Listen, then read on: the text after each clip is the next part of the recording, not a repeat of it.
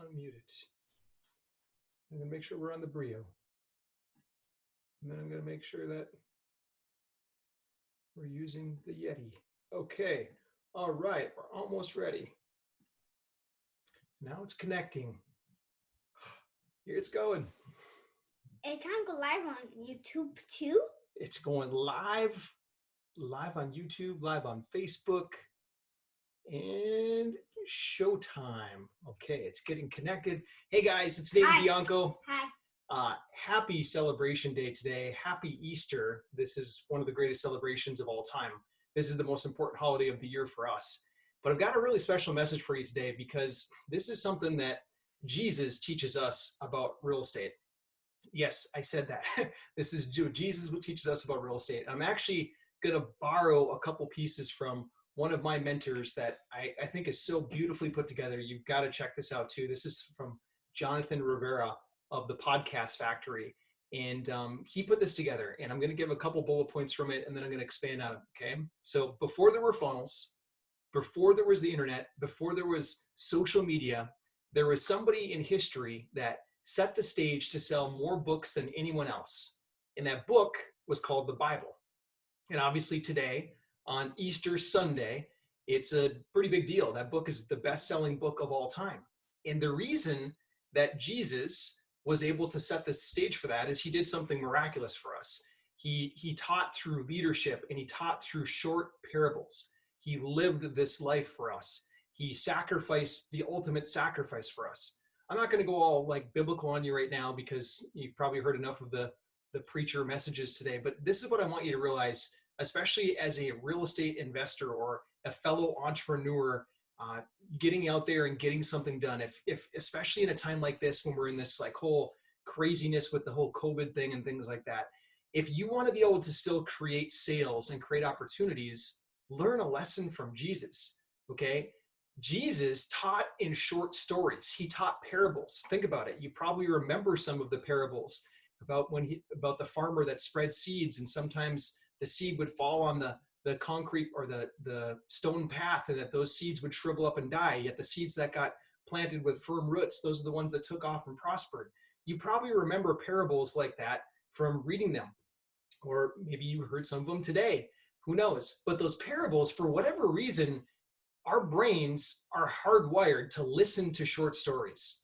Okay, so when you're talking with someone that potentially might want your service as a fellow entrepreneur, someone that might want your service, it's better, instead of you preaching to them, it's better that you tell short stories. I'll give you an example. I was speaking with a Nashville, Tennessee seller about a week and a half ago, 2 weeks ago. And this Nashville, Tennessee seller, she had questions because we started going down the path of cash offer, and then we switched gears to making it a seller finance offer. And she's like, well, how does that work? And then rather than me trying to like say, well, first we figure out an interest rate and then we figure out a monthly payment, instead I said, it works like this. Let's say you're going to sell me your car. And she said, well, okay, yeah, great. And I said, how much would you sell your car for? And she said, 30,000. I want 30,000 for my car. And I said, okay, great. So let's just say that I didn't have the full $30,000 right now. Instead, I said, you know what? I'm going to make you a fixed monthly payment of $1,000 per month every single month until I pay off the $30,000. And then you'll transfer the deed of the title of the car over to me. Does that make sense, Mrs. Seller? And she said, oh yeah, that's crystal clear. I get it. And so by telling a short story or a parable, people will listen. They pay attention to it. And I bet right now, like if anything that I'm saying to you right now, anything that you might remember is you'll probably remember how I taught the Nashville seller about seller financing. You see, it's easy for our brains to comprehend these short stories. And the man that we're all celebrating today, the man that gave everything for us, he literally sacrificed his life to wipe away our sins, that man taught us this lesson.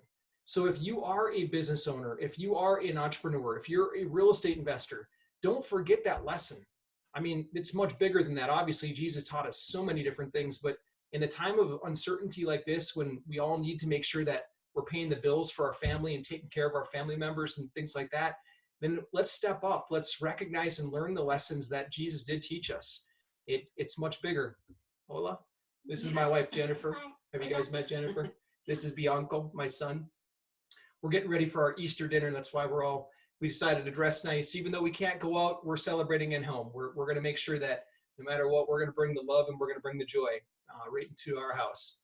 And so we're celebrating Jesus, and we're just recognizing that even in a time of crisis and uncertainty, you can provide more certainty for yourselves if you follow some of the things that we've learned from Jesus. And in this case, for business, like for us, God's blessed us. We're still helping sellers. We're still helping them. Like almost every single day, we have sellers that are calling us, reaching out for help.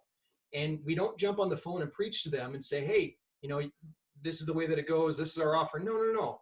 We ask a lot of questions and we tell stories. Story. Whenever they say, well, what about this? It's better to answer with a story. Well, what about the repairs in the house? What about, do I have to do the roof? When Tom and Nancy sold to us, Mr. Seller, when Tom and Nancy sold to us, they were worried about the roof repairs too. But you know what? We bought it as is. We took care of the roof repairs after closing. So it's story. They'll remember that, just like you remember the stories that Jesus told. So that's the lesson for the day. And then just a big warm wish of love, prosperity from our family to yours on this Easter Sunday. Like, go hug somebody if you can. Still being socially distancing compliant, obviously, but just enjoy the day, man. Okay. All right. Anything else, Bianco? No. And have a good Easter. And remember why we celebrated. Why do we celebrate? Because Jesus rose from the dead. Jesus rose from the dead today. That's why we celebrate Easter. We did the whole Easter egg thing, and we've got good food and treats and things like that. But ultimately, this celebration is not about us. It's not about the Easter eggs, is it? No, it's about Jesus. Jesus died for us. He rose again today. He died for us a few days ago, 2,000 plus years ago, and then he rose for us, and he wiped away the sin of the world. So that's the real celebration. But if there's any message that you can also take from this, if you're an entrepreneur of any kind, then your business depends, and your livelihood and your family's livelihood depends on you creating business opportunity. And I tell you this, if you just employ what we're talking about in this message right here, you teach with stories, or you sell your business with stories, real life stories or parables, people will remember them. They'll remember you, and it'll stand out to them much more. There's one guy in our program, John's his name, really good dude. He's got one of the highest percentages of closed deals I've ever seen, meaning he meets with 3 sellers or does phone calls with sellers like that. And he's the kind of guy that ends up getting 1 out of 3, which is really, really hard to do. And I was sitting back analyzing it and thinking about this talk here now. And the reason, what I believe the biggest reason is that John gets it. Number 1, he's authentic. He's genuine. He genuinely tries to take care of people when he's with them. But number 2, that guy has more stories than anyone that I've met. Well, there's one other guy that's got a lot of stories named Randy, but John's got a lot of stories. He can sit back and tell stories and stories and stories. He's got a story for everything. And people's brains are hardwired to listen to those stories. So when you're working with someone that you want to do business with, try to explain things through stories. Let it illustrate in their mind. Let them see what kind of person you are and what kind of business leader you are through the stories of how you've taken care of other people. That's going to help you a lot. Okay. All right. Happy Easter, everybody. Yeah, me too. I wish I could Easter. I love you. Bye. Bye-bye. I just.